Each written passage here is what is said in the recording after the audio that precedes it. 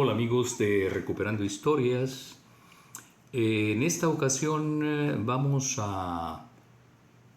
darle el siguiente título a lo que intentaremos exponer en 10-15 minutos y sería la honestidad histórica, la política y la religión. En principio, si recurrimos a los depositarios de las fuentes escritas que han quedado para estudiar la historia de la humanidad, pues diríamos que en ellas, vistas desde un punto de vista científico, está o ha quedado plasmada la historia de nuestros orígenes, de nuestro pasado como especie. Sin embargo, el ser humano a través de los siglos o magnifica o minimiza o borra o agrega información que según vaya presentándose las circunstancias resulta conveniente hacerlo o dejar de hacerlo. Esto habitualmente implica o da por resultado que no siempre la investigación histórica va a arrojar información que políticamente o religiosamente resulte conveniente o adecuada. Y ahí empieza el primer choque entre la historia como ciencia o como recurso valioso para entender el pasado, deja de manifestarse o con todas las verdades o con todas las mentiras. Y empiezan las parcialidades en donde hay que admitirlo, el ser humano, cada persona que intentamos adentrarnos en los registros o en la historia, pues tenemos nuestras filias y nuestras fobias y quitárnoslas de encima para poder entenderlo y acercarnos más a la verdad histórica, pues no es un ejercicio tan sencillo. Los orígenes físicos, culturales, religiosos no se escogen. Cada nueva generación va heredando una serie de información y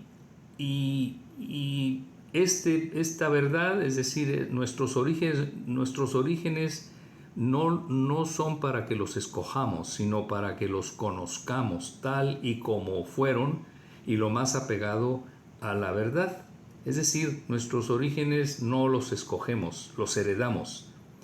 Y bajo esta afirmación con base histórica científica debemos iniciar cualquier investigación, sea sobre individuos o sobre grupos de individuos o pueblos o naciones o de la especie humana en general. Y ojo, no para hacerla desde un punto de vista de superioridad o inferioridad de razas como ha sido por desgracia común a través de todos los siglos y que hemos visto este fenómeno,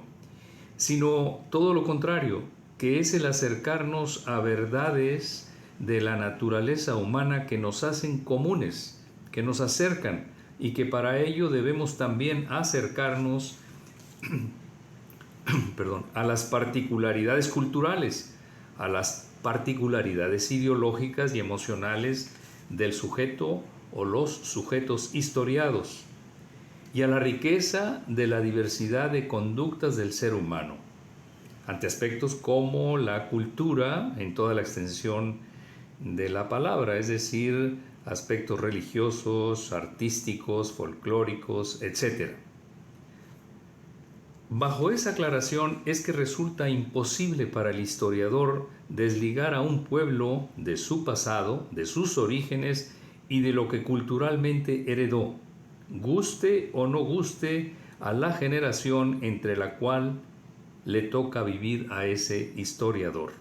Y curiosamente, y a través de los siglos, la especie humana y su circunstancia siempre ha sucumbido a la tentación de poner énfasis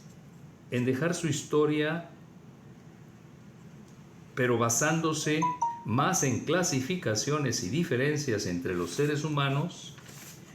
y es en buena medida debido a esta incisiva costumbre de remarcar las diferencias que pueblos y civilizaciones enteras se han llegado a tragar la mentira de que están destinados a explotar y dirigir el destino de todas las demás que siguen otras directrices culturales diferentes a las que ellos consideran como óptimas y de vanguardia. Resultando que aún en pleno siglo XX resurgen con gran fuerza este tipo de convicciones en varios puntos de la geografía, tal y como existieron en distintas etapas remotas registradas en la historia de la humanidad. Es decir, por alguna razón caemos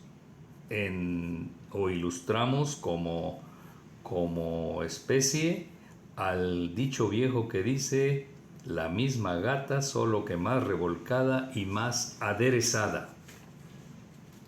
Aterrizando, diríamos que en la historia de México, que es lo que nos ocupa, es decir, aquella historia que es más observante de la importancia de intentar ser incluyente e íntegra, y que observa y analiza con el mayor rigor a todas las variantes culturales que nos dieron origen, ¿verdad? En esta historia de México concurren muchas historias diversas que amalgamadas dieron origen a lo que ahora somos. Y me refiero no solo a lo que reflejaría nuestro ADN producido en un laboratorio especializado al analizar nuestros tejidos, muestras de nuestros tejidos, sino también, y más importante, al ADN cultural que resultaría al estudiar, analizar y reconocer todas las culturas que a través de los siglos nos dieron origen. Hagamos un pequeño ejercicio de ello. Si yo trato de ser incluyente, claro que conforme voy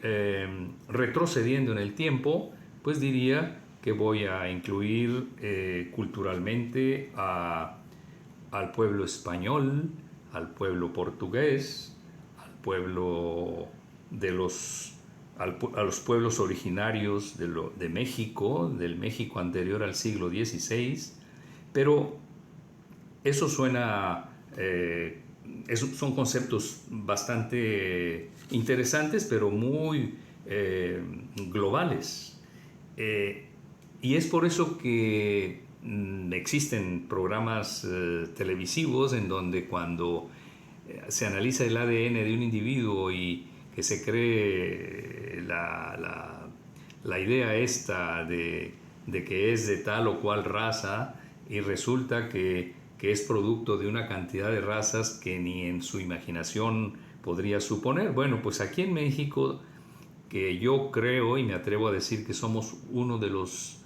regiones del planeta más mestizas, y lo digo con orgullo, porque el mestizaje creo que es la mejor forma de de llegar a ser, creo, seres humanos no solamente más sanos físicamente, sino más conscientes de que somos simplemente seres humanos sin importar nuestro origen, nuestra raza, nuestro estatus, etc. Así es de que diríamos entonces que, por ejemplo, en este pequeño ejercicio, los mexicanos pues podemos ser o de los pueblos originarios, o la mezcla de los pueblos originarios con iberos o con celtas o con godos, si nos vamos más atrás, o con norafricanos o con judíos o musulmanes. Y esta riqueza del mestizaje nos ubica, si tomamos conciencia de ello, en una forma de pensar que creo que nos acerca más a las ideas de heterogeneidad, de acercamiento entre los seres humanos, porque tomando conciencia de todo esto, tal vez los encuentros van a ser más que los desencuentros entre los seres humanos. Gracias, amigos de Recuperando Historias, y nos escuchamos en próximos videos. Hasta pronto.